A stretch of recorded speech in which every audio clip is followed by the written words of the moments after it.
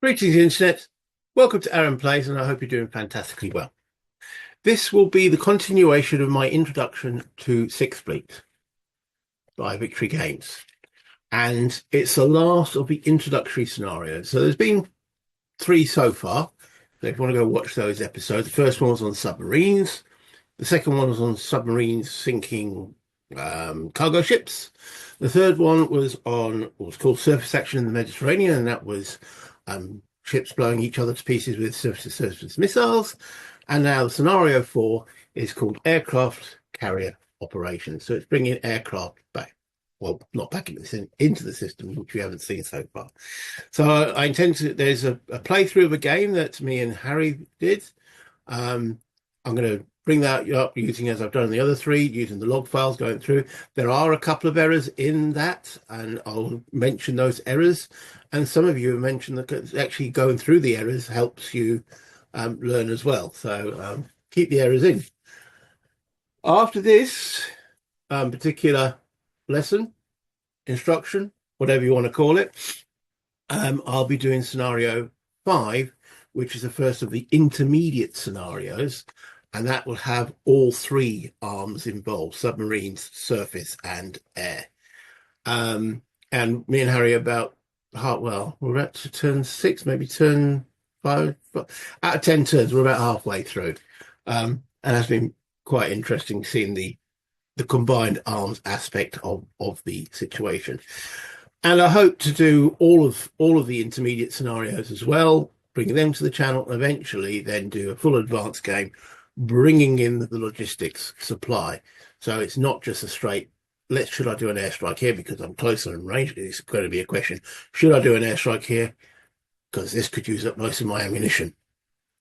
So those kind of questions will come into it. Now, I have had a few people say, well, why don't you use the updated rules that came up in either Second Fleet, Third Fleet, Fifth Fleet, Seventh Fleet, and so forth, because they use a D10 rather than a D6, which this one uses. There's various different updates or errata, or, well, we're using the errata for this, but better systems for the game. And they can be retrospectively put back to Sixth Fleet. It's a good question, and I'm my straight answer is I prefer just to use the rules that are in here to see its design intent and such forth, and then evolve through the systems. So eventually, if there's still enough interest from you guys, I would like to bring Second Fleet, and then was it Seventh Fleet the next one, and then I sort of lose track. I have all of them, and what I've seen so far I thoroughly enjoy. So I would like to evolve through the system. And I hope you guys would like me to bring that. And it might not be that I bring every scenario, probably not the introductory ones in the Second Fleet and so forth, because they're going to be the same as what's in here kind of thing. But to get maybe one of the campaign games that going out of each box, that could be interesting. So, or again, just checking the evolution of the system and see what's new for each game as I evolve through it. That's the plan. Doesn't mean it'll occur. There could be something else that makes me go, ooh, that's shiny and new. Can I play that instead? But at the present moment, I'm into Sixth Fleet, therefore I want to play. Just like I'm into, if you've been watching anything else on the channel, the Fields of Fire. Oh, that's shiny. I want to play that. And like all these games, oh, it's on the show. Oh, I want to play it. Can't play them all. Time is the limiting factor. So let's go down to the map, see what's going on. If you do enjoy these series, please give us the likes and such forth, or wait till the end and make it, and then see if you still like it. But subscribe to the channel, it all helps, and do the little ding ding bell, and any comments will be much appreciated. But as I said, let's go to the map and check out what is going on. Let's not go straight to the map because I made an error. I recorded an hour and a half worth of video. Then checked it and realized I'd recorded off the wrong screen. So you got to see a lot of my blank yellow screen with little charts moving up and down, but you didn't get to see the map. And I was like, oh man, what am I going to do? I thought, I don't want to sit here for another hour and a half and record it all, and because I thought it came out okay. So I thought, well, I've got the sound file. I'm just going to use the sound file and click the map and such forth as it's going through. So this video is actually a little bit bitty in places. I might repeat myself. There might be a missing word here or there where I've pressed it and it's a bit slow and such forth. So I do apologize for that. But the overall essence of it is there. Make sure you're recording the right screen. Until next time, let's go down to the map now. And as I say, it's going to be a little bit bitty here and there, but hopefully that's okay. Situation for this scenario. And I'm just going to get right. So aircraft carrier operations. Again, there's a big background splurge. I do like the background splurge, but it's quite a lot to read, and I don't want to put you to sleep while I'm doing so. But what we have here are various Soviet forces around the map, and I'll go through the details of those in a minute, and one US force. And let's zoom in on that and have a look at what that actually is. Okay, so where are we? There we go. Right, so we have the Kennedy, the carrier, the CB there. We have CG, which are basically cruisers with missiles and 2 destroyers. That's it from the ship side of the equation. However, for the aircraft side of the equation, we have, where are the aircraft? The Nimitz. There we go. It's on the Kennedy. We have, let's zoom in on those, the following aircraft. So we have, well, I'll still split those. We have 2 F-14 interceptors. We have an F-18 attack aircraft, a pair of those. We have an A-6 attack aircraft, and we have an AEW, early warning system, and electronic warfare system on the EA-6 and the E-2. So, yeah, quite a few aircraft on the Kennedy itself. And that's what the main thing focuses on, judging by the name of the scenario and what we're looking at, what they are going to be capable of. So what is the victory conditions? What is required to actually win this scenario for either side? Judging by the name of the scenario and what we're looking at, what they are going to be capable of. So what is the victory conditions? What is required to actually win this scenario for either side? As you can see, there are a fair few Soviet forces dotted around. Over this side, we have the Minsk, which is a Soviet carrier, but nowhere near in the same class or league as a US carrier. Again, a few missile cruisers and a couple of destroyers over there. We have some amphibious ships on in this particular force, the AA ships. And so those are amphibious carriers with a couple of destroyers and a frigate escort, some patrol boats, and some more cargo ships and some destroyers over there.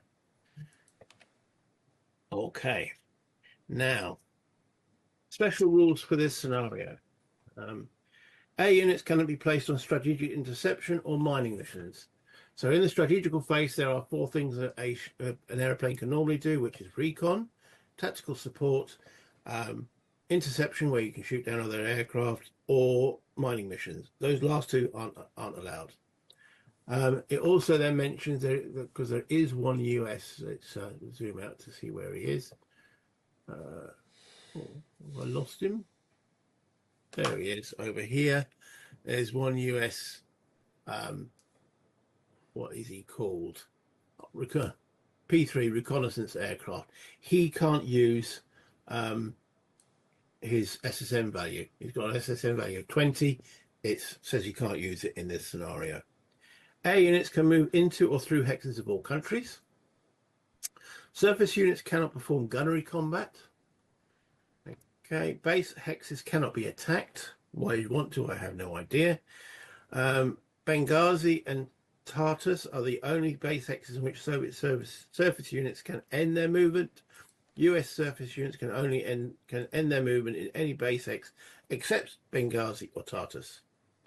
It says ignore the effects of night turns in this scenario, so there's special night rules. We're not using them. As soon as any Soviet surface unit enters any Turkish Straits hex, which are those with the white arrows on it, okay, or the Tartus hex, base hex, which is 0849, I'm not sure where that is. So what, let me pause and find out where it is. It's over here. So that's Tartus. So as soon as any Soviet service unit enters any Turkish Straits hex, that's 04, or the Tartus base hex is removed from the map. It is not used for the remainder of the game. There are only 2 action segments for surface and air, because there's no subs in this, since there are no submarines. If a Soviet cargo ship, the CR units that were in that hex there, is damaged, treat it as destroyed. So they only have to be damaged. You don't have to do sink them directly. Game length is only 5 turns, so a lot potentially could happen. How do they win though? So those are the special rules. Victory conditions. If at the end of the game the Soviet player has achieved 11 or more victory points, he wins the game. If he has achieved less than 11 victory points, the US player wins. So there's no draw condition. The Soviet player receives victory points according to the chart. So if they damage the Kennedy, they get 2 victory points. If they sink it, they get 6 victory points. For destroying US air units, they get nothing. If the Burns enters the Turkish Straits, 3 victory points. Now the Burns is in watch force. Can't see it on that in that group. Is it over here? It's in that group there. Okay, it's the CS. Now what does CS stand for? Combat stores. So that ship, if the Burns enters the Turkish Straits, so the one there gets into there, they get 3 points. If the Rognov, where's the Rognov? That lot. Rognov. Yeah, that's in that one, the ROGOV. So it's the 3rd one in that group. If the Rognov enters the Turkish Straits, they get 2 points. For each other AA that enters the Turkish Straits, 1 point. And for each CR unit that enters Tartus, base hex, 1 point. So it's effectively the Soviets are transporting troops to these various locations. Okay. Either damaging or sinking the Kennedy, not both. Okay, so let's have a recap of the ship units themselves. So I'm going to zoom in again and let's have a look at the Soviet ships. This destroyer here might be a good one for examples. Okay, so the values around the card, and these are a slightly different layout to the actual physical counters. Just, I suppose, from the point of view of pixelating these things. But we've got on the chip, we've got the movement value at the top here. So that little 4 there. We have a damage value, the 3 there. Remember, to sink the ship, you must score equal to that value or more. To damage it, you've got to score half of that value. So for that 3, it's got to be, so if you score 0 up to 1, no effect. 2 would be damage, 3 would be sunk. If you damage a ship, you flip it over to its damage side. So you can see it slows down slightly on its damage side. Okay, so let's flip that back over. There we go. Right, we don't need that little button there. All right, so that's those 2 values. Moving on to this side, the SO stands for Soviet, DD stands for destroyer. On this side, the top value is this SSM value, attack value, so that's surface-to-surface missiles, and the 1 is its range, so it can only hit adjacent hexes. Moving down to the lower row, well, that's a nice little silhouette, that's its name, so that's obviously abbreviated. The 8 down here is its anti-submarine warfare value, so that's what it needs to. Won't be using that in this scenario because there's no submarines. The DD again shows it's a destroyer. Then there's three little numbers here. So I'll deal with a little one there. That's the gunnery value, which we won't be using in the scenario because it told us explicitly that there's no gunnery combat. These two values are the anti-aircraft value. That one, the 0 there, is the area anti-aircraft value. And the 5 there is its close anti-aircraft value. We'll go through in details what those two values mean if you haven't watched any of the other videos, or if you have, as a reminder, when there are going to be some airstrikes, because that's the nature of this scenario. So let's put him back. Let's unit. Okay. There he is. So an F-14. Over this corner, we have the movement value. There it's telling us it's the US. We put a label on it to remind us it's from the Kennedy. The N is its surface-to-surface missiles. It hasn't got any. Obviously, it's the name of the plane and the silhouette. This here is its anti-submarine value. Hasn't got any. That there is its air-to-air value, which 9 I think is pretty much the best that you're going to get in the system. And that one there is its bombing value. So if we look at an F-18, okay, it's also an attack aircraft, 16 range, and for its surface-to-surface, its bombing value is significantly better.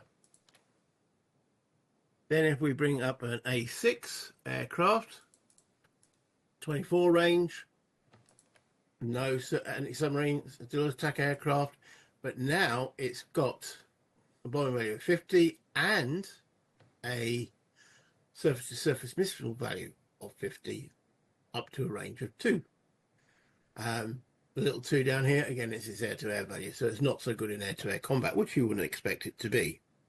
So those are the three primary aircraft that will be involved in combat. You've also got an AEW, which is, let me get the abbreviation correct. So it's Airborne Early Warning, and we've got an EW aircraft, which is electronic warfare. I'll go through the rules for those if they're necessary in the scenario, but effectively the Airborne Early Warning is useful if it's assigned to a CAP mission, and electronic warfare is used to do things like jamming and such forth.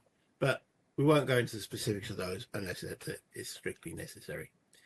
Okay, so let me put this all back, and then we'll go through the setup and the actual start of the mission.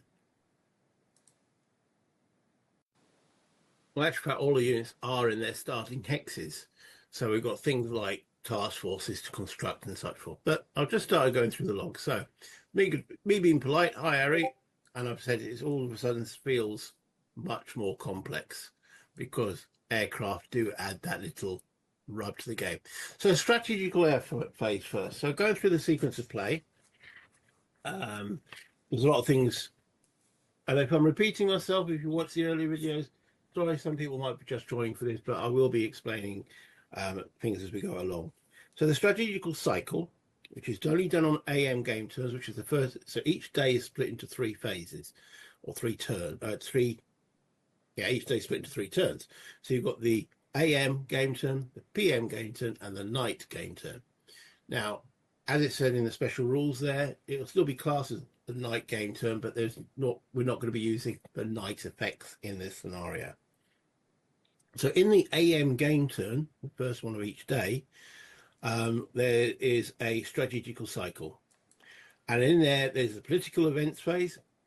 We're not doing that. That's only in the advanced game. So that's when we start to go even beyond the intermediate scenarios. Random events phase. Okay. It says in here advanced game, but me and Harry, it says you can introduce into intermediate scenarios if you want to. We have done so. And in the random events phase, you've got things like weather, command control, satellite reconnaissance. I'm mentioning it here. We're not having it in this particular scenario, but just to show the depth of the game. So there is some such things as weather, command control, and satellite reconnaissance. Then there's a reinforcements phase. We're not doing that either, because again, that's only advanced game. And then we're doing the strategical air phase, which we do in this scenario. And this has 4 steps. There's an allocation segment, an interception segment, a bounce segment, and a mine segment. Now, we know, again, through scenario special rules, we're not playing with mines or interception, and bounce is from after the effects after interception. So none of those 3 additional phases will occur. The only thing we got to worry about is allocation, which says both players secretly allocate air units to air missions on their strategical air displays. So let me just bring up a strategical air display. He says, trying to drag it onto the map. There we go. Right, can we zoom that in a bit more? Now, each player has one of these, which you place your strategical aircraft secretly on here and then reveal it. Now, that's a little bit tricky when you're playing by email. So what me and Harry have been using is the little notebook section, which is here. And one of us writes in their strategical air and then puts it as a delayed message. The other player then allocates it and then sends the log file back. Then the other player allocates his aircraft on the actual map or on a display that can be seen. And then the player who did the delay undelays the message and then puts his aircraft out because it now can be seen. And it takes between 2 and 3 log files to do that, but it gets done because this strategical air display is secret squirrel stuff. And all right, there's not going to be much strategical air because we've only got effectively 1 unit each. Because again, special rule, I couldn't place, or the American player, not giving that away, haven't I? The American player couldn't put any strat air out from the aircraft carrier. The only one they've got is the recon unit back in, is it Corsica? So that's the methodology that we use to do that. So as I've written here, strat air. I will place a note. So I have created a message, strat air NATO. Now, did I? Not sure. Let's close that and double check that. Now that I've opened it again. Doesn't seem like I've done that, but okay. So there, I've removed so what I did was from Madeline, remove the reconnaissance aircraft, and I'm doing some reconnaissance in the Eastern Mediterranean zone. Okay, I need to use reconnaissance to be able to detect the Soviet forces. And to your strat air. Harry has created message to 1 strat air. So yeah, it looks like I didn't. He did. So that's strat air. And then eventually it gets revealed. Hi, Harry. Revealing a saved message. So turn 1 strat air NATO. Is it not showing because I'm not showing as NATO?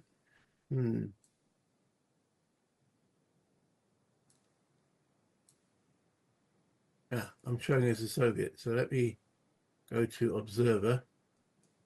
Okay. Can I now see private public scenario? No. There. Okay, now I can. There we go. My NATO message. Yeah, I had the incorrect setting on there to actually look at the messages.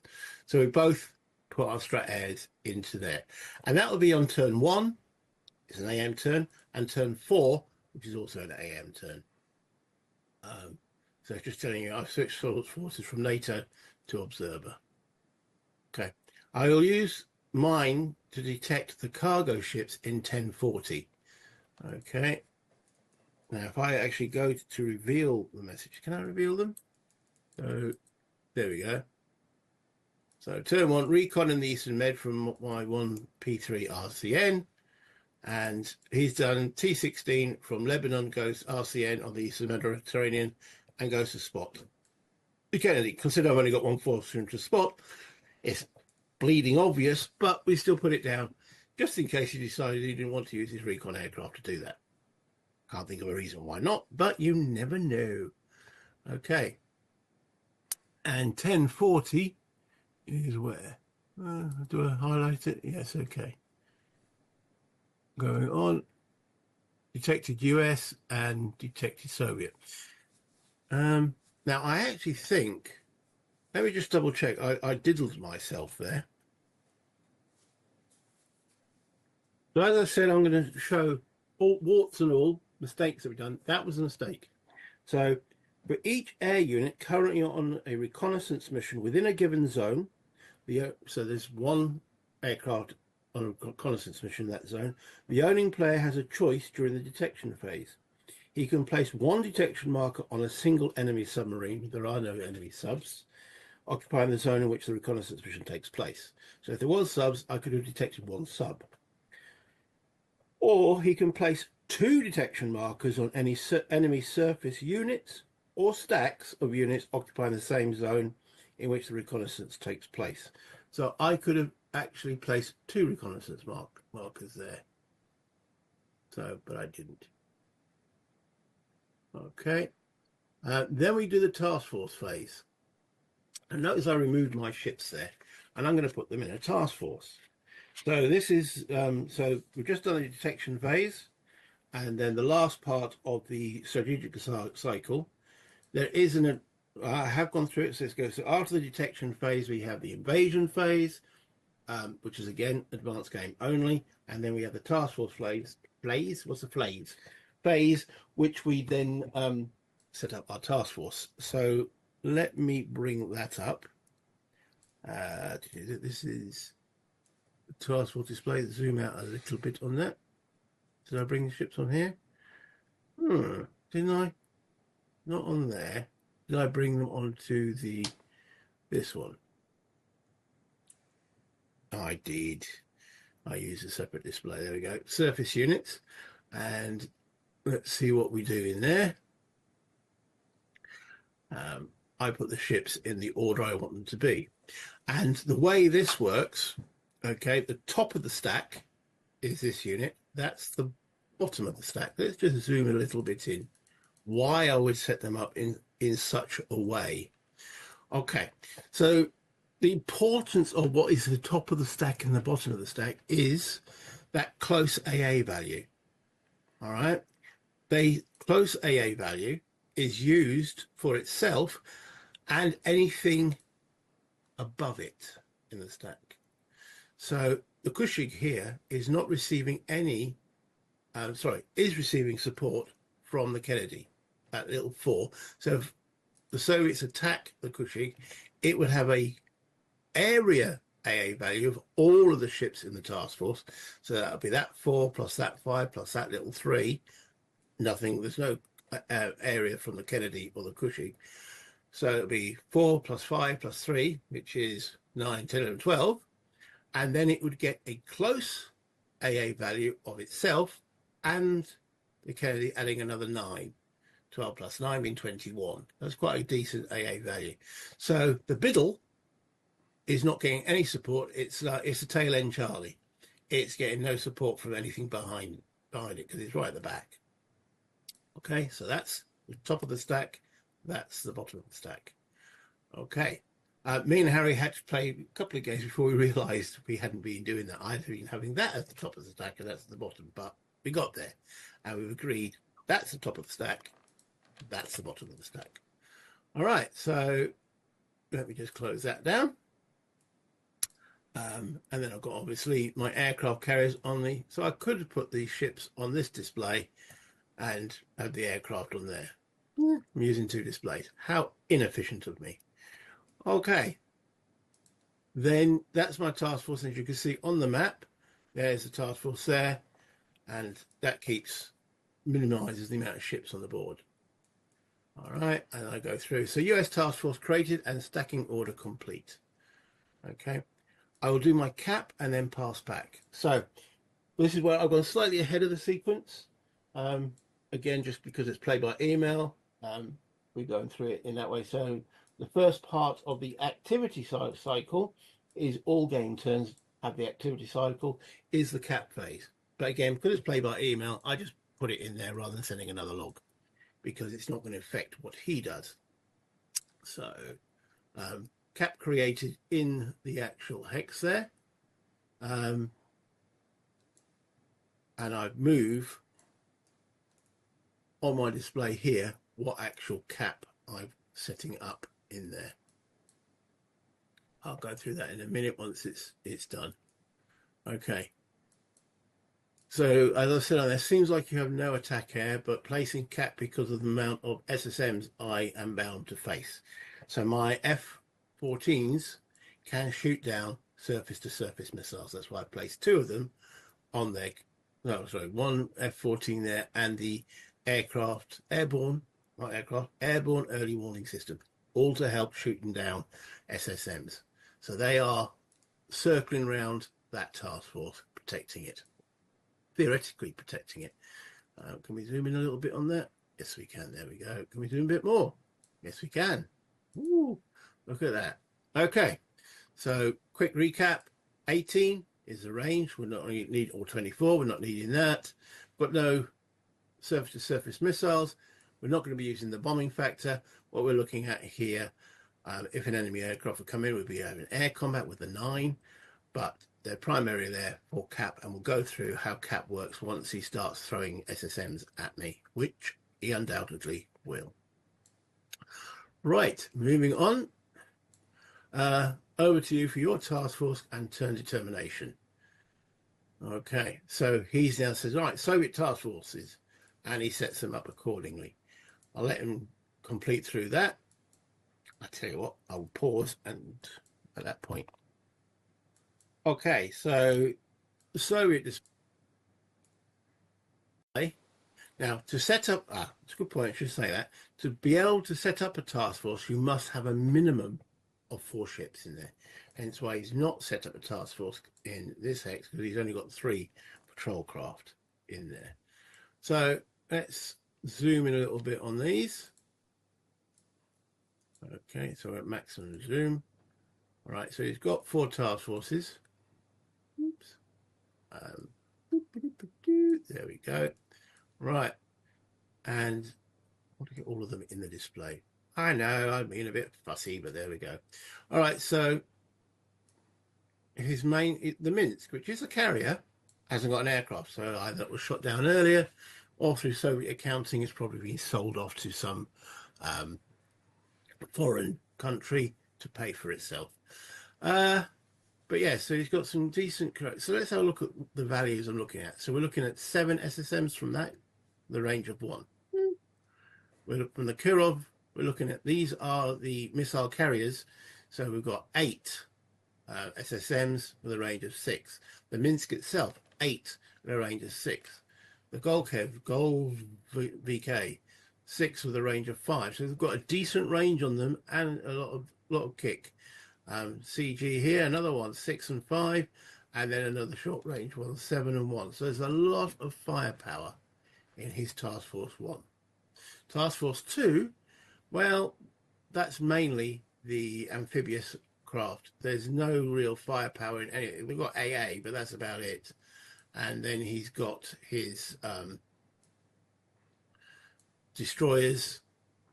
Again, not much firepower. There's a 9 here with a range of 2, but I'm not really particularly scared of that. In fact, those are my primary target of my aircraft. Okay. He's then got another little task force of 4 with that cargo ship, which you'll get 2 points if they get there. Again, nothing really to be scared of those. And with this force, which has got some more cargo ships, CRs, again, no firepower there. And yeah, this has got a little bit the old Oxflish, got 9. Yeah, not too much to be worried about there. So it's Task Force 1 is the scary one for my little fleet. Okay, so as he says, no cap obviously from my side because the Minsk, as I said, has sold its aircraft to some foreign dignitary. Moving on, probably to Libya. I think that is all. I can proceed to action segments. So we've started the activity cycle. We're in the cap phase. After that is minesweeping. Don't have to worry about that.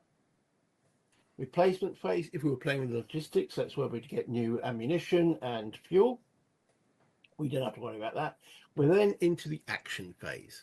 Okay, so I'm going to give a brief rundown how the action phase works.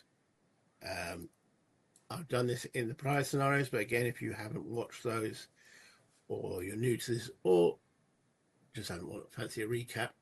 So that's the length of the scenario, 5 turns. Track to keep track of victory points, and then we have the action segments. There are a total of 3.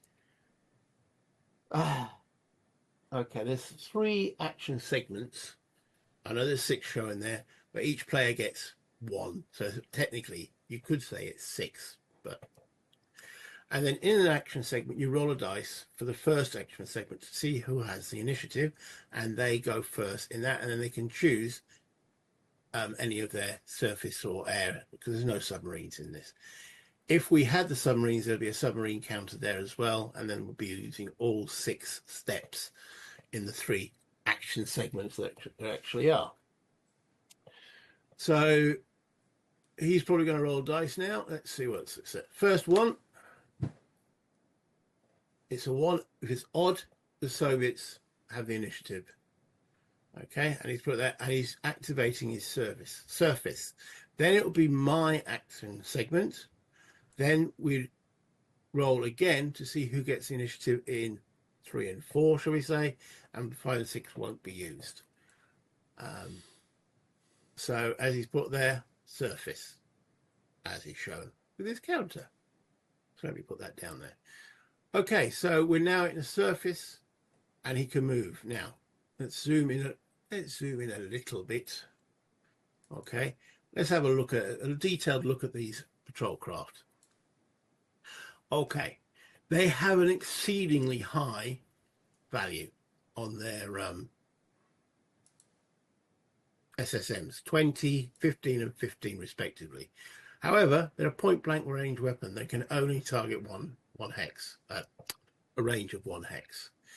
They've got fast movement, 5, 5, or 4 on the last one there, and they have pretty lousy defense. They've only got 2. And notice the silhouette is 2. They're actually representing a little flotilla of ships. So he's moving those to it. They are pretty expendable. Rash and dash, shall we say. So here they come. 1, 2, 3, 4, 5. Oops. Okay. He did move 4 because the slowest was 4, wasn't he? Now he's moving the task force 1. So that's the danger one, remember? Those were the nasties. He's then moving these 3 destroyers. Well, no, it's a destroyer and 2 missile ships, missile cruisers. Not enough to form a task force. There's only 3 ships. This task force here, they are trying to get. Now those are the. So that's task force 4. Let's have a. Oops. Task force. Come on, drag that up. Task force 4 are the CR ships. Okay, I just noticed something by doing this actual video. The CR ships are supposed to, according to victory conditions, for each CR unit that enters the Tartus base hex. Remembering the Tartus base hex is over here. Just hide all the pieces. So Harry is moving that north. So I think he made a mistake on this scenario, but yeah, he needed to get them off it. It's the AA ships, which is the Turkish Straits. I don't think it'll matter for our surveillance, but as I say, I hadn't even noticed that while we we're playing that. It's only when I've been doing this that I've now noticed that. It's like, well, oh yeah, he's going the wrong way. So he's only moved a little bit in that direction. Task Force 2 is moving. Task Force 2 is with all the amphibious ships, and they've got a movement of 2 as well. And Task Force 3, they are a few frigates and the big cargo ship, the Burns. Okay. So that's the only one that I've detected, though I could have marked another one, and that could be quite important that I didn't, because it would have been nice if I'd actually detected those. See, as I said, I'm going to bring the warts and all to it. And a lot of this warts part is because I've obviously continued playing. This was actually played back in, I'd like to say March, maybe even April. So where we've now continued playing scenario 5. Neglected to fire long-range SSMs from Task Force 1 because they have got, some of them are range 6, 1, 2, 3, 4, 5. Hope it's okay if I shoot them from here. So, yes. Right, Soviets have these really long-range SSMs that don't have very impressive factors. Well, in Task Force 1, very long-range ones, okay, 8 and 6, I think it's an impressive range, unless he's on about the PCMs, because, yeah, that's pretty good.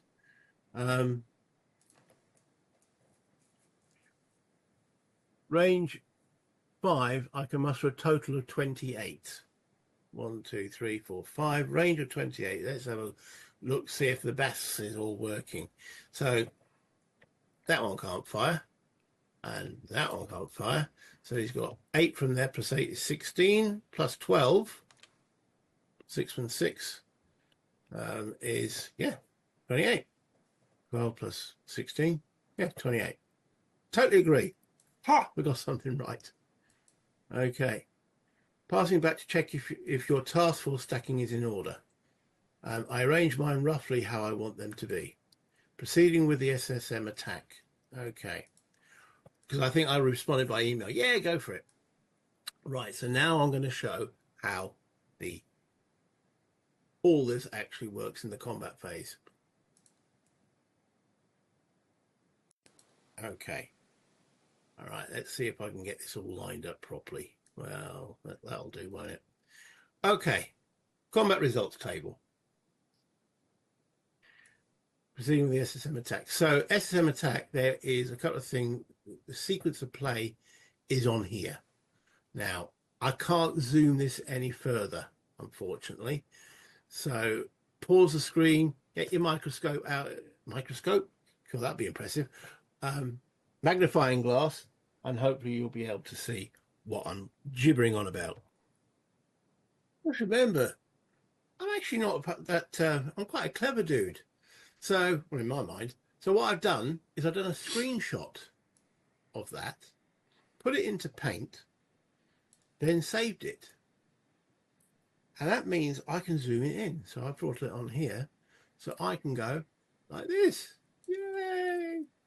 So I can show the values and hopefully that will help. So let's make that a full page thing and go through the SSM combat in detail.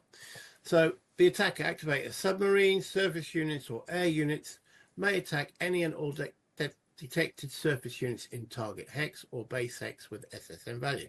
So we know that Harry's got an SSM value of 28. Then it says, 2, target units must be within SSM range. They are.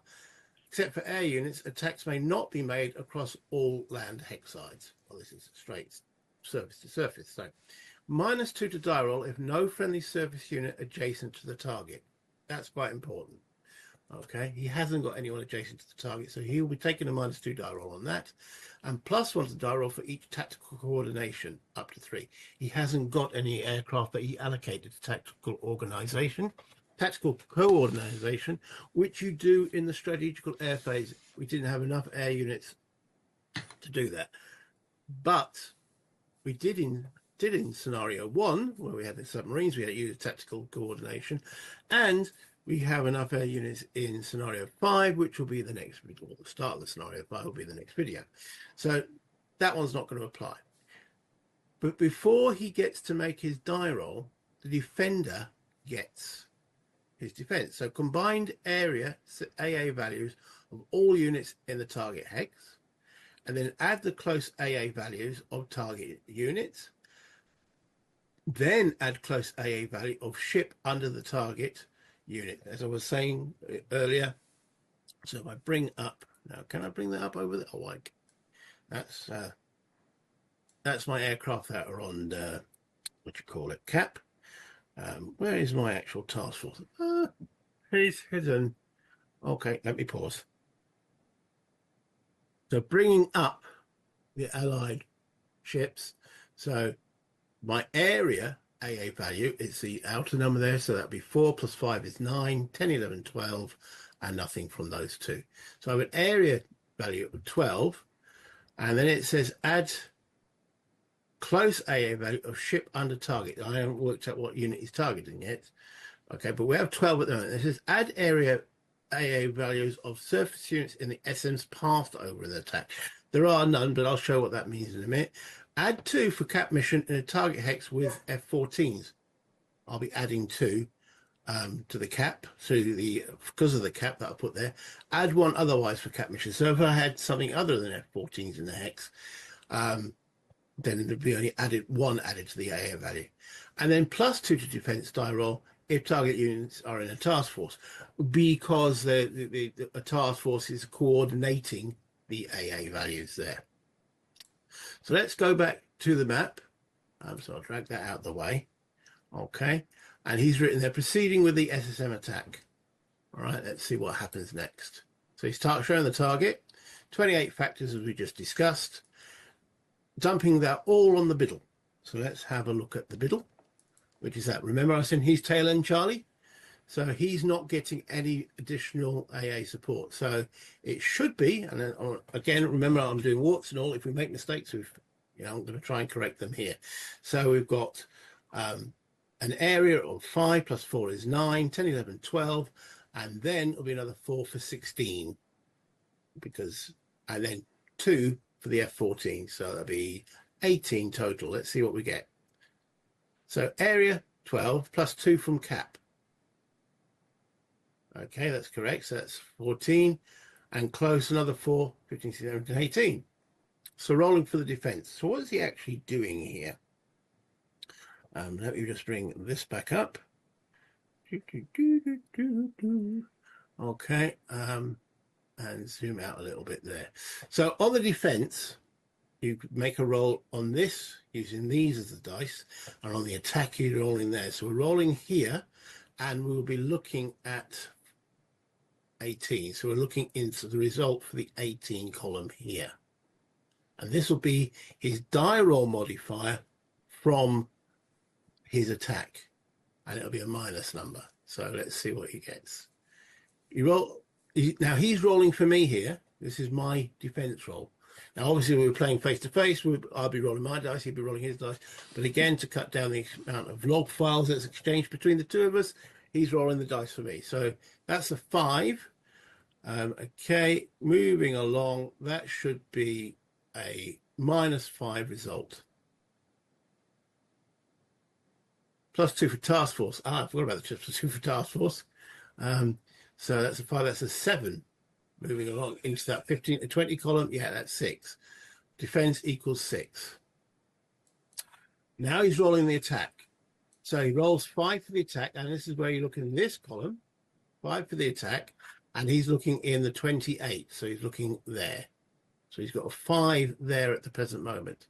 However, -6 from the defense. So he's on the 5. Take away 6. 1, 2, 3, 4, 5, 6. So he's on -1 in that column. So he's doing 2 damage.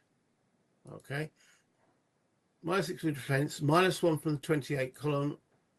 2, which is not enough to sink. Let's go back on what he's doing, trying to do to me. Too many now. The window's open. Always a problem. Right, come on. Drag you up. There we go. He needs the biddle. Biddle can take 3 damage. He's done 2. So even with a big, massive minus number, he was still able to get a result. He needed 3 points to sink it. He's only got 2, so he's damaged it. That should be the next thing that happens. There we go. It's damaged. Okay, moving on. So a lot of charts there. It's now the US activation. I want to go over those figures. I think most of those were correct. And this is where that's the wrong way around. So yeah, let me just pause. You don't want to see this. Yeah, there was quite a few log files that were exchanged between the two of us to sort out the stacking.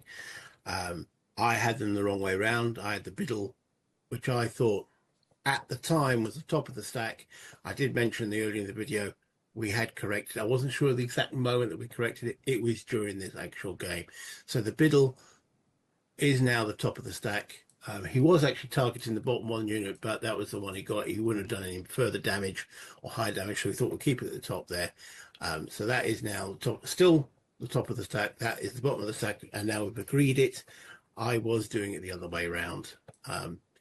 Also, I thought his task force, because it had launched an attack on me, would then become detected. According to the actual rules as written in the book, he would have become detected, but there was an errata, and we decided to use the errata, which says basic, because I was going to say, oh, I can do an airstrike on them, because they're now detected.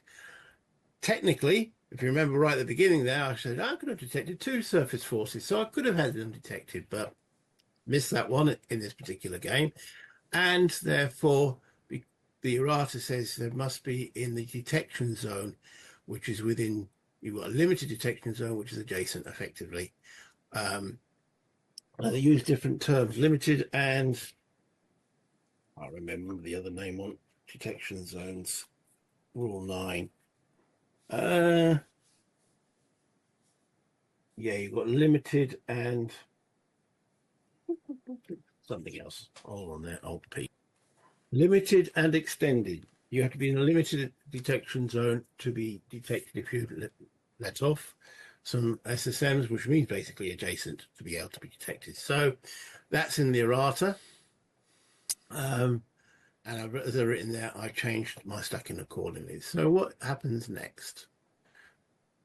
So I was going to do an airstrike because that was what I decided to activate. If you remember from the actual sequence of play. Too many tabs open, honestly. Here we go. So I've moved air into the action segment. Now, a maximum, I did originally if you can look there are 5 aircraft. You could only launch an operation with 4. So I reorganized, and there's the 4 aircraft going.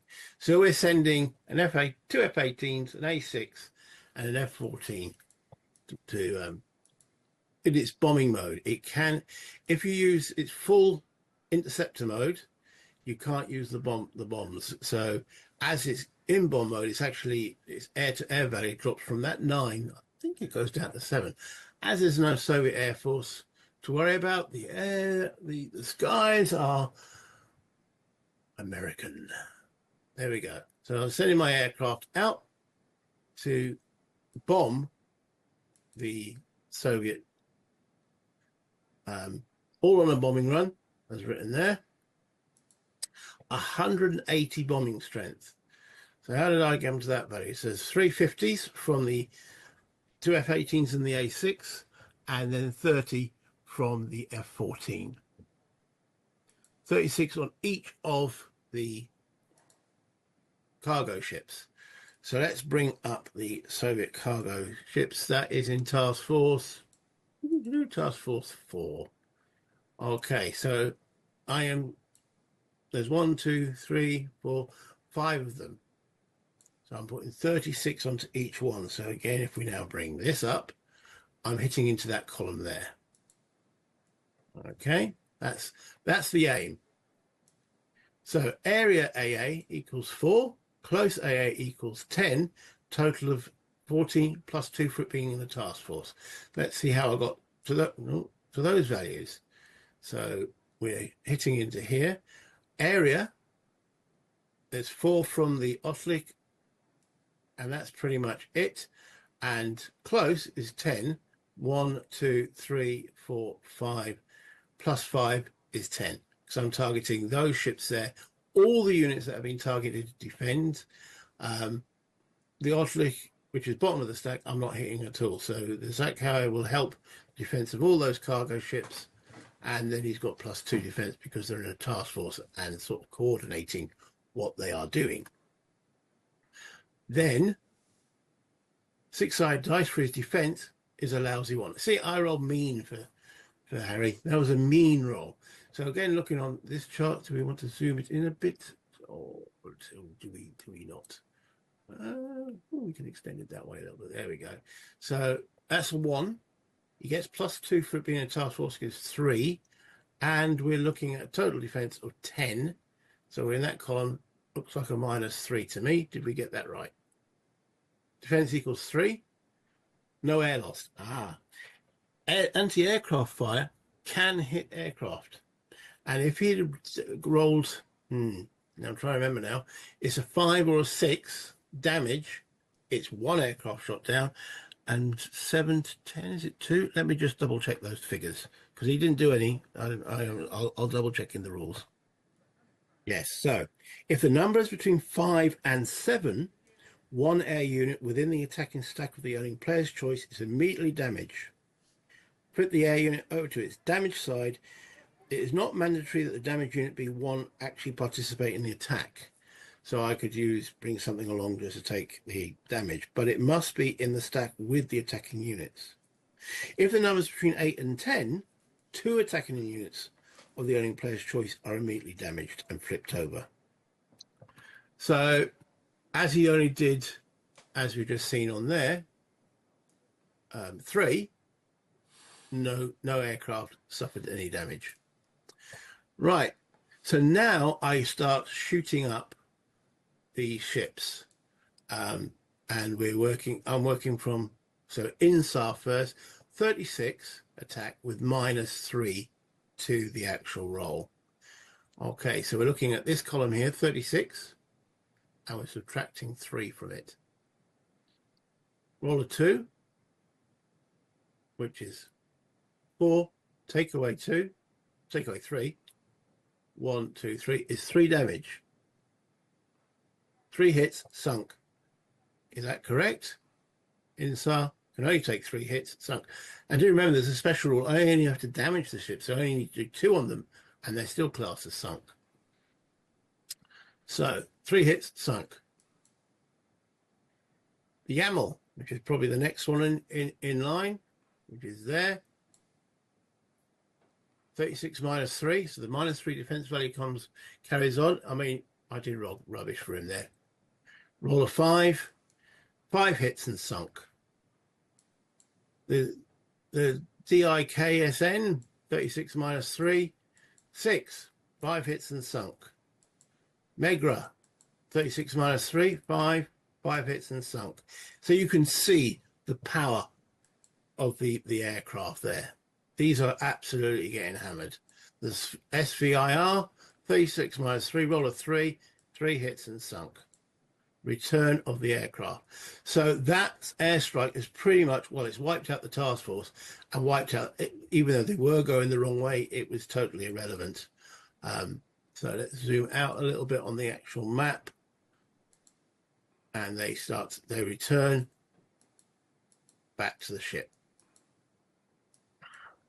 And I then, because there's no longer 4 ships in there, it's no longer a task force.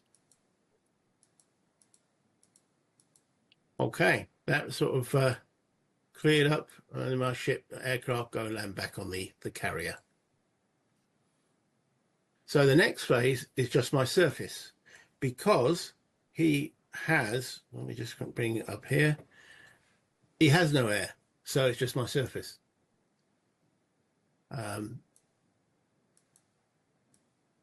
So I move my ships, and I've made a comment here.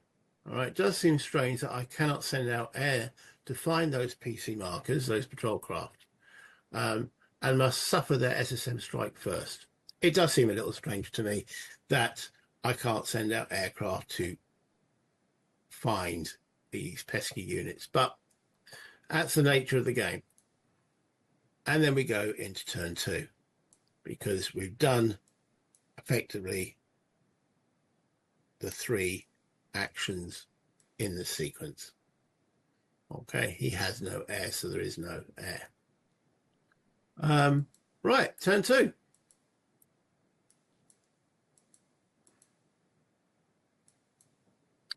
What are we going to do in turn 2?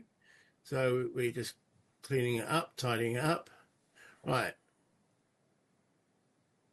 So now, going back, we go through that sequence again of play, but we don't have the strategical cycle. We just have the activity cycle. So we do cap, burst, and I've said there, put some more F4s into the air to combat SSMs.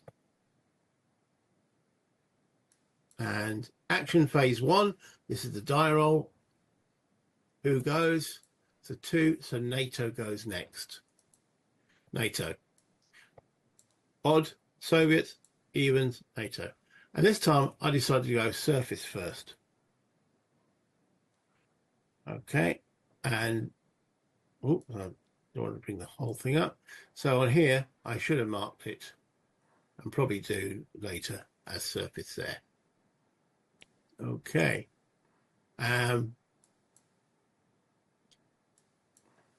Biddle attacks the Otlik with 5 SSM. I don't have much SSMs involved here. Okay, let's have a look what, my SSMs, 2 range from the Kushig, none from the Kennedy, 2 range from the Towers, 2 range from the Halsey. Biddle's got 5. Yeah. And it attacks the Otlik. Where is the Otlik? Or is that one of these? Oh, that's the only detected force I've still got. I still can't detect anything else, though I should have done, as we know. So it's sending 5 out to attack there. All right, defense roll based on AA of area 4 and close equals 8. So we bring up the combat charts again. So, and then the Soviet ships.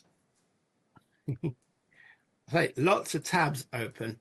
Okay, so, don't need that one because he has not got a task force anymore. Okay, so the 2 ships, we look at what he's got there. The Oslik has got a close and an area AFL 4 each, and the Zach HR has got a close of 5. So I said defense rolls based on the AA area of 4 and the close of 4 because I'm attacking the lowest ship in the stack, the Odlik. Okay.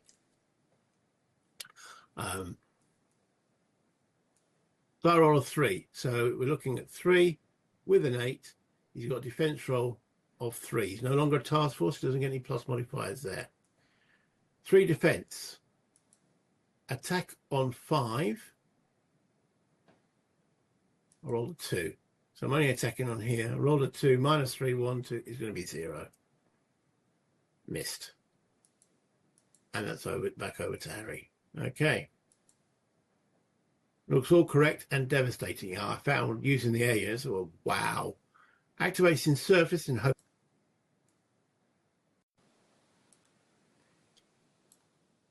The Biddle attacks the Otlik with 5 SSM. I don't have much SSMs involved here.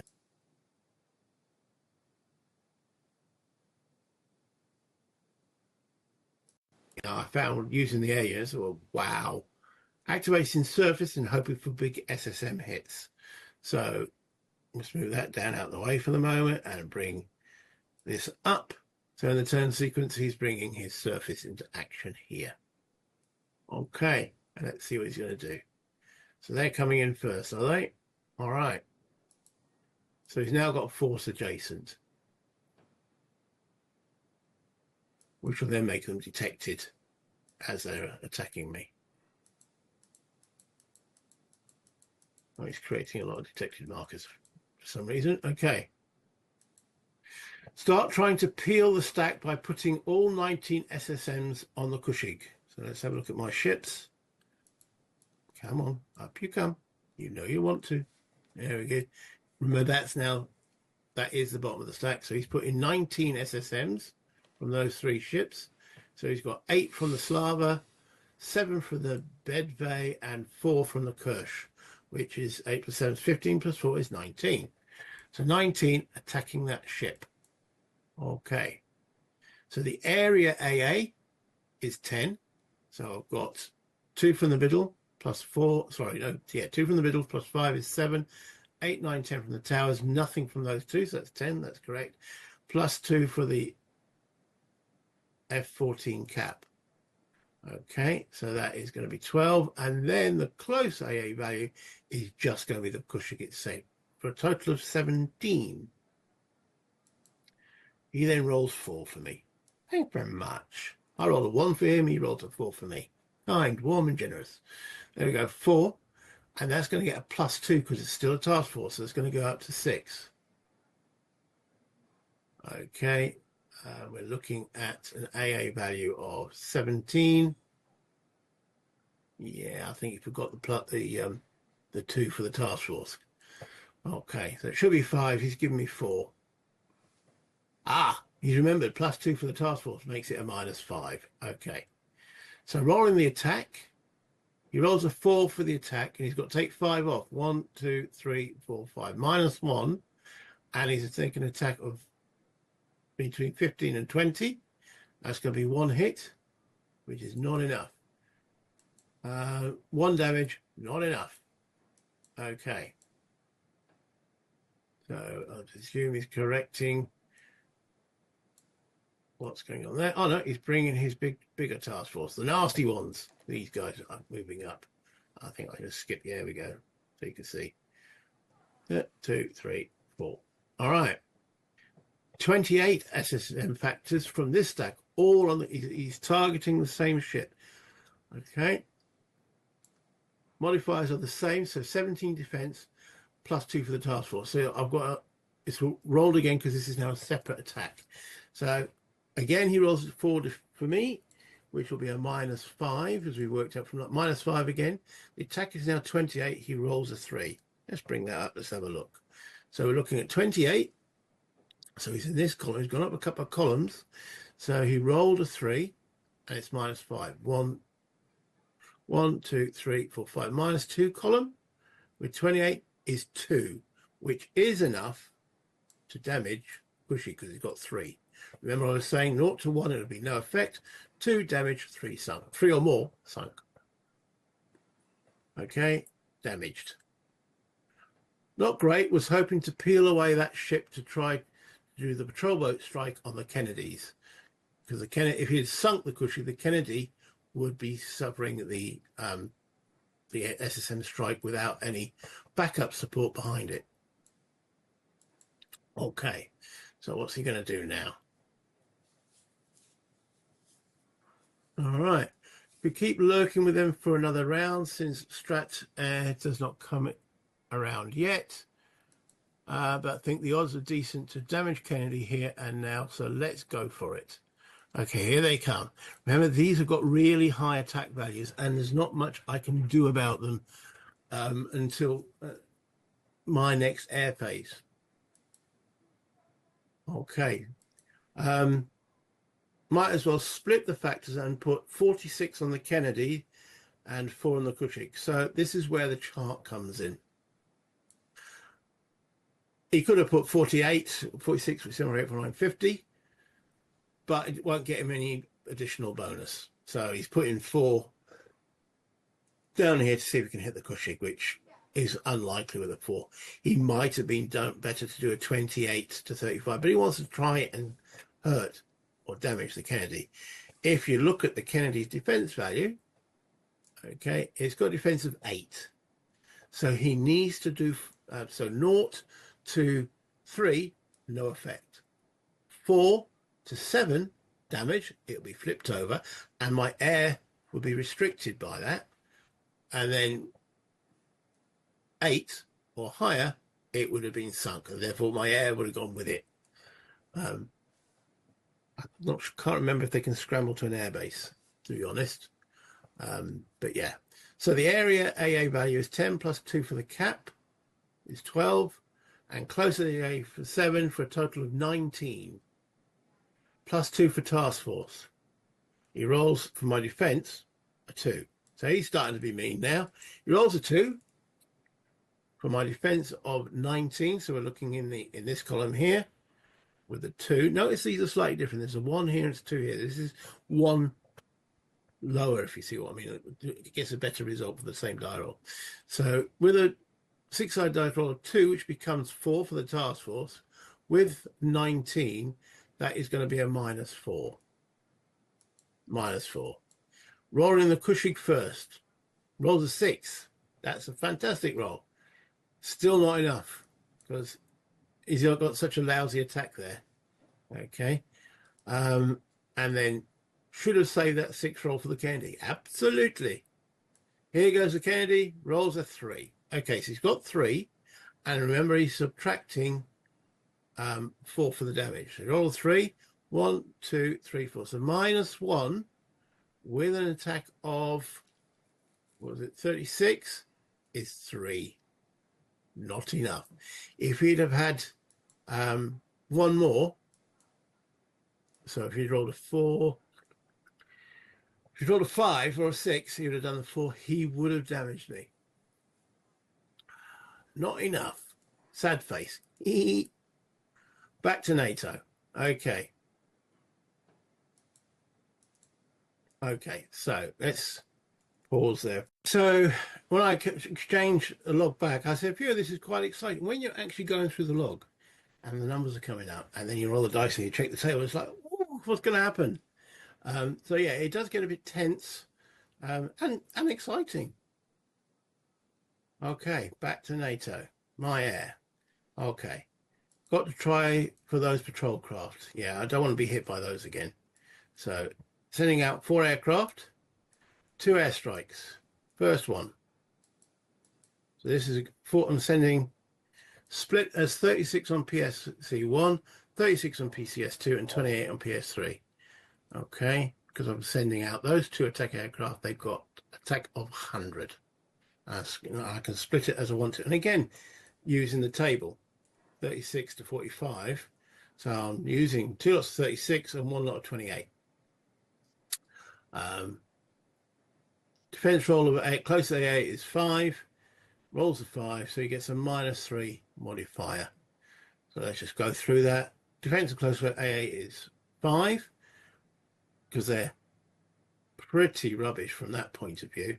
Yeah, they've got 3 on the PCS1 and 1 each from the PCS2 and 3. Okay, so not much flack coming my way, but with a 5, 3 to 5, and you rolled a 5, it's -3. It's quite respectable. Okay, PSCS1, 36 -3. I rolled a 4. 36 -3. So I rolled a 4. 1, 2, 3 is a 1 on the 36 is 4 damage. 4 hits and boom.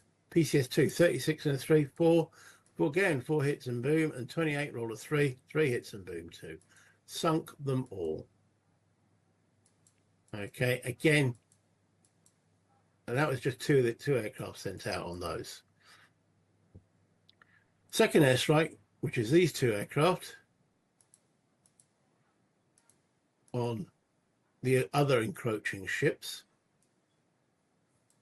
Target is the Slava, all 50 is being hit, the Slava being the bottom of the stack. Okay, defense total with AO 10 area and 4 close. Let's have a look at how I derived those. So the Bedvay has got a close of 3, the Kerch has got a close of 5, and the Slava has got a close of 4. And the area is the 6 from the Slava and the 4 from the Kerch. So that's the 10. And then the 4 for its own, because remember, it's bottom of the stack, it doesn't get any other protection from any ship underneath it. Oh, it's very nice. I rolled 6 for him. Okay, so we're looking at 6 with an AA of a total of 14. 14 with a 6. He's not a task force, so he gets no modifier. So that's -5 to my attack. That's a hit on my air. Remember, I was saying if I rolled 5 or higher, one of my air units gets hit. So the EA6 eats the 6 is the early warning aircraft, which is not really contributing to anything other than have a target. Okay, attack roll of 50 -5. Rolled a 2. 2 -5. 1, 2, 3, 4, 5 -3, going all the way up to the 50. That's 2 damage. 2 hits and damaged. Not enough to sink it, because it can take, have a look at it, Slava can take 3. Sorry, it can take 4. So it's enough to damage it. Again, 0 to 2 damage. No, 0 to 1, no effect. 2 to 3 damage, 4 would have been sunk. So it's damaged. Okay, and then those aircraft return. Air phase over. Cap is landing. Okay, because on the actual turn sequence, we've now done everything that can be done. And I can't find the turn sequence. There we go. Doesn't matter, I suppose. So yeah. Game turn over, on to turn 3. Okay. Moving the markers. Did you move your task force 2 and 3? You forgot to move those. Activity cycle. Just realized that only one F14 required for the max modifier. I was putting 2 in there, thinking it gave me another -2, but it doesn't. One F14 is enough to give me the maximum modifier. And then I place my cap. Again, just to shoot down missiles. First action phase, roll a 6. It's NATO. Okay, so Harry had forgot to move those 2 task forces, so I thought, go on, might as well let them move. There's no, let's be friendly. It happens. NATO turn 3 then. It's going to be an airstrike. And I'm going to try and damage as much of those 2 ships as possible. So I accidentally move a task force as well. Okay, 130 bombing factors again. That'll be incoming as Kirsch 46, Slava 46, Bedvay 38. If any are damage will be taken from on the F14. The weakened strike will be on the damaged Slava if AA hits occur. Please resolve. So I've asked Harry to resolve it. My other strike is as follow. And I'm just showing it on there. All 50 points on the Otlik. Please resolve. So I'm asking Harry to resolve them for me. Again, NEA ahead on the EW unit. Back to you for real time this time. Right, resolving airstrikes. I'm not going to go through the charts now. I've showed that. I'm just going to read the results now. So he rolled a 6 on his defense. -5, 1 step loss on the air unit, which I declared would be on the F14. Rolling the same order as declared. So Kirch first rolled a 2, 2 damage. 2 damage on the next ship and 3 damage. So he then removed his ships as indicated. Then on the other one, AA area, 4 close, a total of 8. Another good defense dive 4 this time. Yes, the EW knocked down the area AA. That's the whole point of the EW unit. It weakens the anti-aircraft fire. But it didn't really make much damage. Attack on the Oslik, rolled a 5, 4 damage, sunk. So I'm hoping you're getting to see, as he's put there, he's gained 4 new submarines.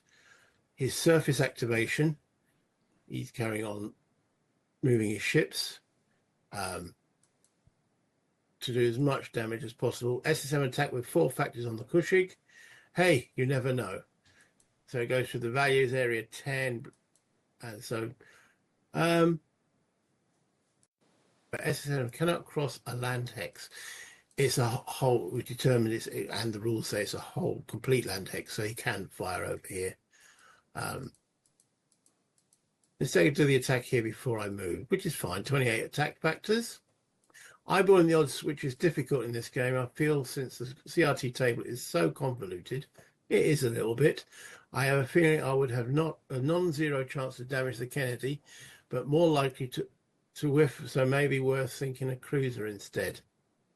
Especially in the full game, sunk American cruisers are worth lots of money in victory points. This is a scenario does not seem to award any victory points except for on the Kennedy, so maybe it's worth gambling on that though. Is there a decision? Go for the Halsey instead. All 28 factors. So the area AA is Dale 10, close is 6, cap is 2, for a total of 18. Roll a 2. Yes, +2 from the task force, which he keeps forgetting.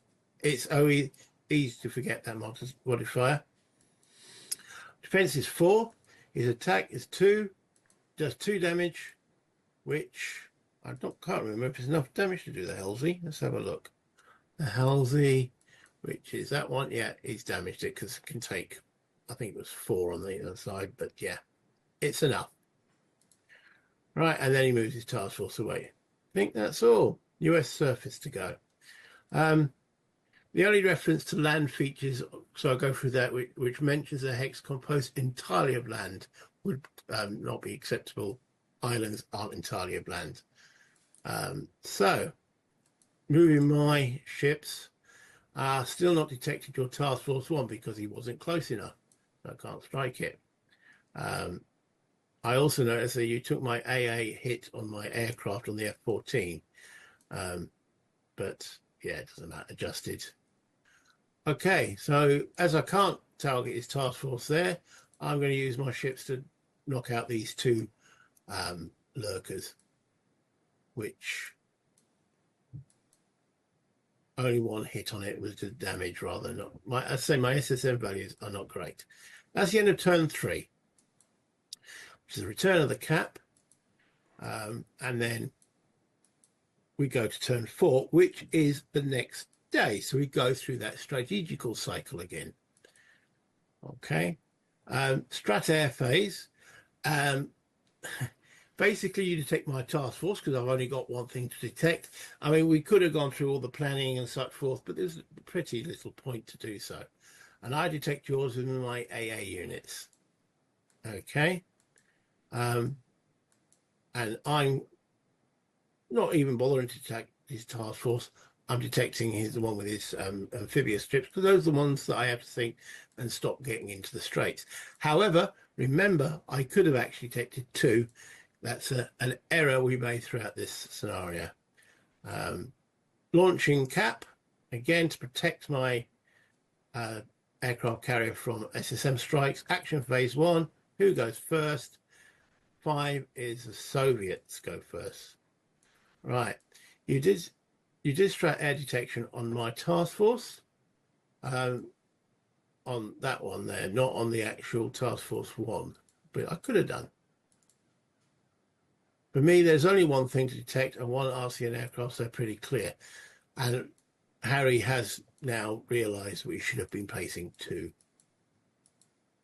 So task force 3 moves, task force 2 moves, and then he's coming up with these little dupes.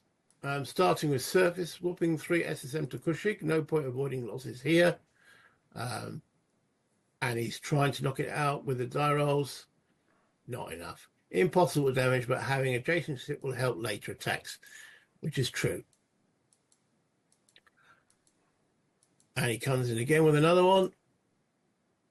Impossible to hit, but rolling anyway. Rolls a 6.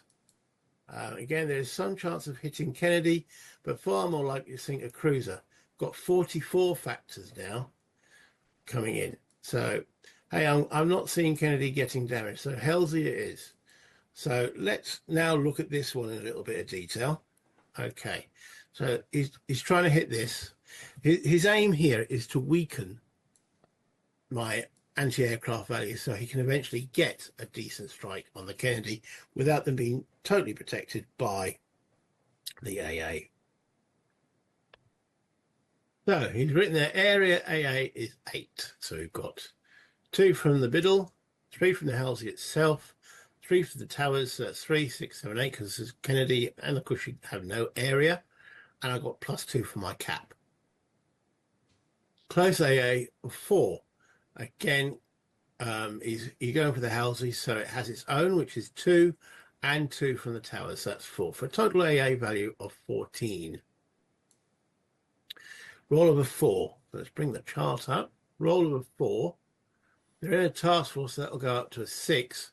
With 14 will be a -5, according to me. He gets I -5. And then his attack roll is a lousy 1. 1, -5. 1, 2, 3, 4, 5, -4. He's coming in with 44. 1 damage. 1 damage. Absolute. That is gutting when that happens. It's his last big hope of taking out something.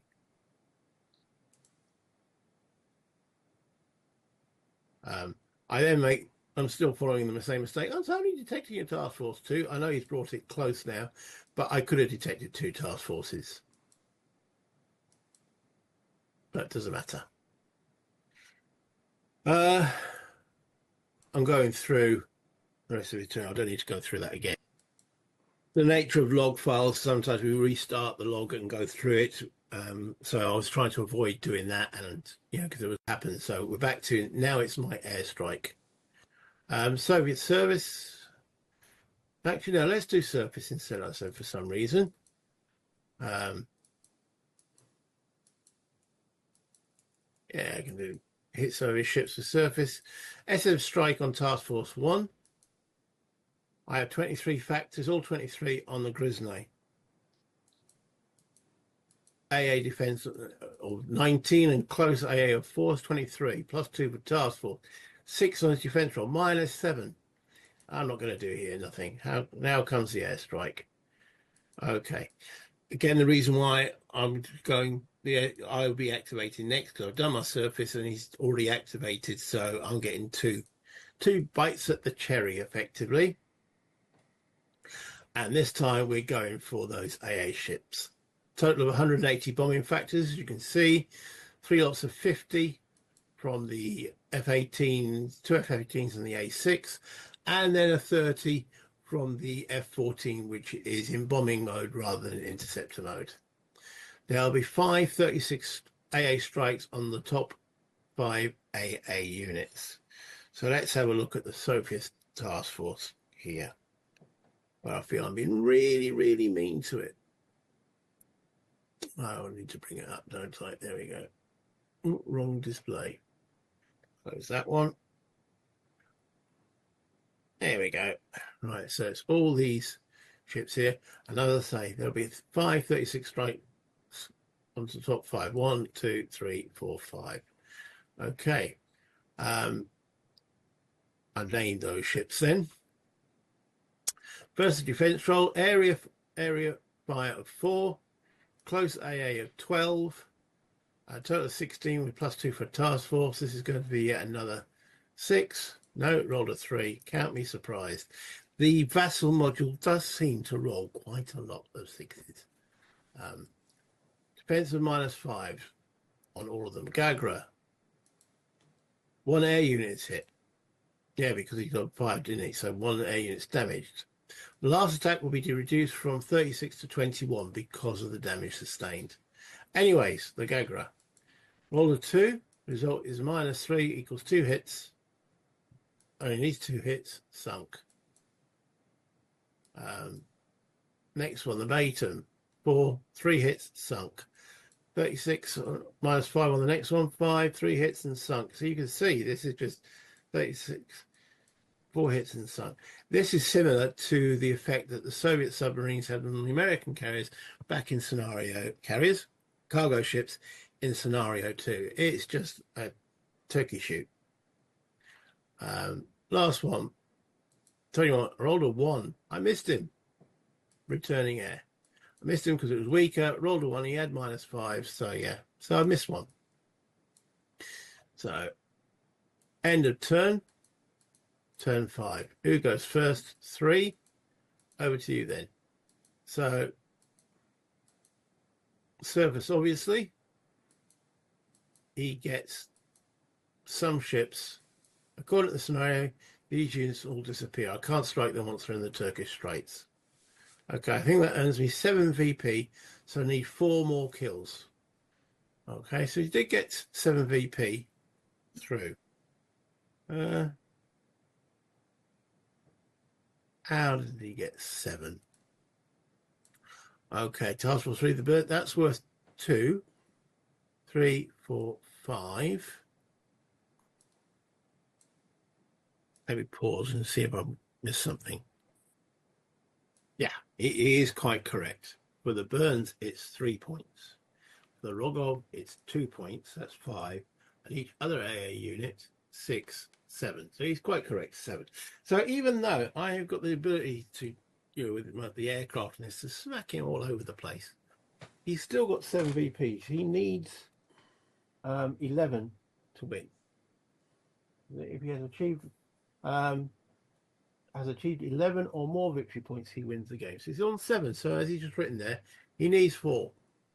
So he needs to sink, because he gets damage, he only gets 2. Sunk is 6. Seems a tall task if I only scored points from damaging or sinking the Kennedy. 4 facts against the Kushik, trying to weaken it. No, non-damage is not enough. Same attack. These are just tickles, basically. 42 factors, might as well dump it on the Kennedy, so it's the only thing that scores VPs. Defense, area 8, close defense, total 17. 4 defense roll, -5. And his attack is a measly 1, no effect. As it's written there, requires very good rolls to damage US aircraft carriers. As you'd expect, wouldn't you? They are tough cookies. So that's it. So that is the playthrough. Okay. And as just, the whole point is to show the power of the carriers, American carriers in this system. And it does that very admirably. But even so, if he'd got an extra 2 ships through, he only needed to damage the Kennedy. He did get some rather unfortunate rolls on the actual attacks that he did against the carrier task force. But yeah, let me bring this back up to the top to effectively say goodbye. Well, I hope you enjoyed that.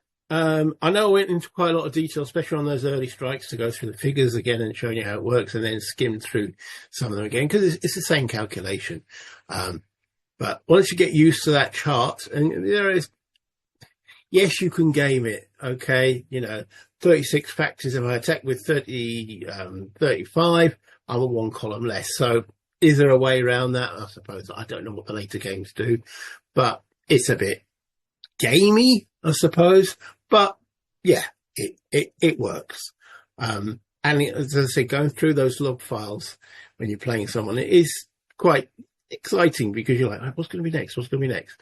So yeah, Vassal still has its problem with the dice. I don't know how you guys feel about Vassal die rolls. Quite a lot of games now I use Axe War Simulations Axe dice, because it just seems a lot better. So that's the game. So next up is the first advanced, intermediate they call it, but we are using a few of the advanced rules, and that one is called, you said, flicking through the rule book, Aegean Offensive. And I'm still only halfway through playing that at the present moment, and yeah, I found it very fascinating so far. And it's pretty even. It's on a knife edge. Who could win it or lose it? So I'll bring for a little bit of the game. I won't do all of it in one video, because then we'll be here for about 3 or 4 hours. So I'll probably bring the first 2 turns or something like that, and so on from there. Anyway, if you're still here and you did enjoy that, give it a thumbs up. If you didn't enjoy it, let me know in the comments why not. What could I have done different to get those rules across and so forth? Did I go on into too much detail? Especially if you've seen videos 1, 2, and 3 where I've shown that table before and such forth. But one commentator did say that actually repetition of the tables and the counters and such forth does hammer it home how this game sort of system works. So I hope it wasn't too laborious from that point of view. If you haven't subscribed to the channel already, and if you could do so, please, and you like what I do so, and remember the little bell, because that lets you know whenever I upload another video. And as I've always said, all comments are answered, all are appreciated. That's part of the reasons why I did the channel in the first place, is to discourse with other players and such forth. I'll help anyone that I can, rules, questions and such forth. I'm here to help in that regard too. So yeah, regarding the game, get it, play it. You can pick it up quite cheaply on eBay. It's not going to break the bank balance. and it's fun to play. So, and you can play it solo. You know, it does work. But until next time then, play games. This one. Have fun. Bye, Internet.